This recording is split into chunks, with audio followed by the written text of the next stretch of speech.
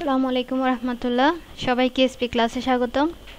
নবম শ্রেণীর স্বাস্থ্য সুরক্ষা বিষয়ে বার্ষিক মূল্যায়ন নির্দেশিকাতে বা বার্ষিক মূল্যায়ন পরীক্ষার জন্য যে পাঠ্যক্রমগুলো নির্ধারণ করে দেওয়া হয়েছে সেগুলো আমরা দেখব এখন। এখানে আছে প্রথম অধ্যায়, মিডিয়া ব্যবহারে যত্নবান হয়। এই অধ্যায়ের তোমাদের 1 থেকে 18 পৃষ্ঠা পর্যন্ত তোমরা প্রস্তুতি নেবে।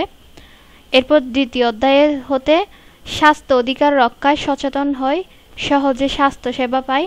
এই অধ্যায় থেকে তোমাদের এই অধ্যায় হতে 19 থেকে 28 পৃষ্ঠা পর্যন্ত তোমাদের পড়তে হবে বার্ষিক পরীক্ষার প্রস্তুতির জন্য।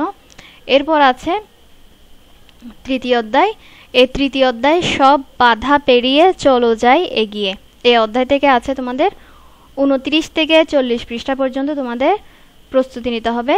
এরপর আছে চতুর্থ অধ্যায়, আপন আলোয় হই আলোকিত।